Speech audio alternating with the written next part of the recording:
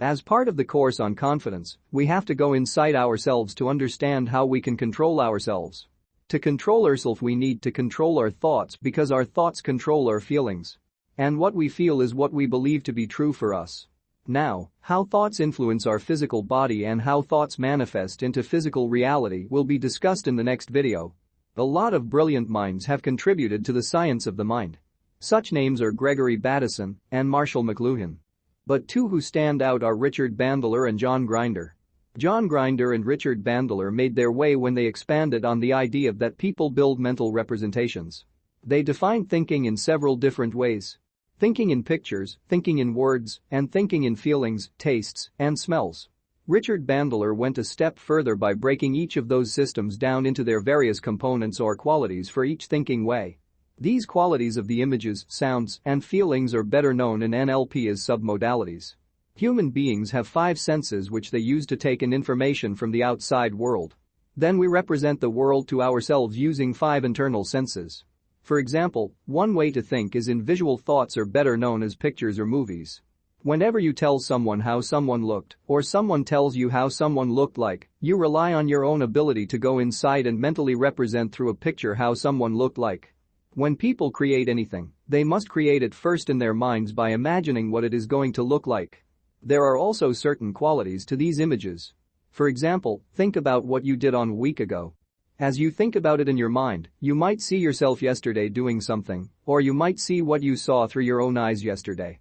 You might see still images of your activities, or you might remember them like a movie continuously running. Regardless, this is one way that we process our experiences from the world. When we think of something, the picture of it is in a particular place. It's a particular size. It's in a particular distance from us. When we look at mental images, they don't look the same as the outside world. We do, however, seem to represent them somewhere, somehow in front of us, and they have a certain size. You either see yourself in the image, which means you are disassociated, or you don't see yourself in the image because you are looking through your own eyes. This means you are associated. We also hear internal sounds. Whenever you remember what someone said to you or their voice, or whenever you remember what a song sounds like, or whenever you talk to yourself. All of these are examples of internal sounds. Again, these sounds have various qualities, such as loudness and resonance when we pay attention to them. When listening to a mental voice inside your head, it's either your voice or somebody else's voice. It's either on the right or on the left. Some of them are very loud, and some of them are very quiet. Internal feelings are no different. Whenever we have a feeling, we can feel it in our body in particular location. We can feel it starting somewhere and then moving somewhere else in our body when we pay attention to it. People even describe it when they talk about it. They will say things like, I felt butterflies in the pit of my stomach, and then my mouth went dry, and I felt lightheaded. People are constantly revealing what is going on inside their mental reality. People have been talking about feelings in the field of psychology for a long time. Psychologists would ask a patient the question, well, how do you feel about that? And they would say, I feel frustrated. They would ask the same question again, instead of finding out what that meant. They failed to stop and see the word that had been turned into an event was actually something that the person was doing.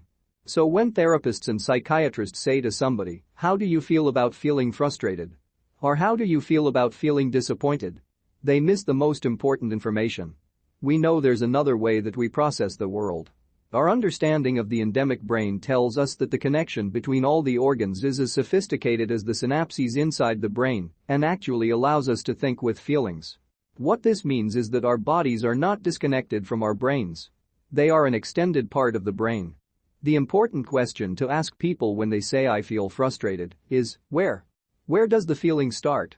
Where do you feel it first in your body? Where does it move to? Feelings can't stay still.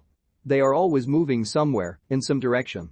I know people sometimes feel as if they have a knot stuck in their gut when they're frightened, but in fact that knot either rotates forward or rotates backwards. However, it doesn't really matter where the feeling is. It matters what you do with it. Sometimes you may ask, which way is it moving? And they say, it's not. It is only by having them take their hand and rotate it forward and backwards, to the right and to the left, that we can find out which way their feelings are moving in their body. These are the only dimensions really available. One of these directions will feel right when they think about their feeling. From this, people typically get the idea that it is moving ever so minimally. The fact that it's moving means that you can move it faster, you can move it slower, you can move it forward, and you can move it backward. Our feelings are not outside of our control.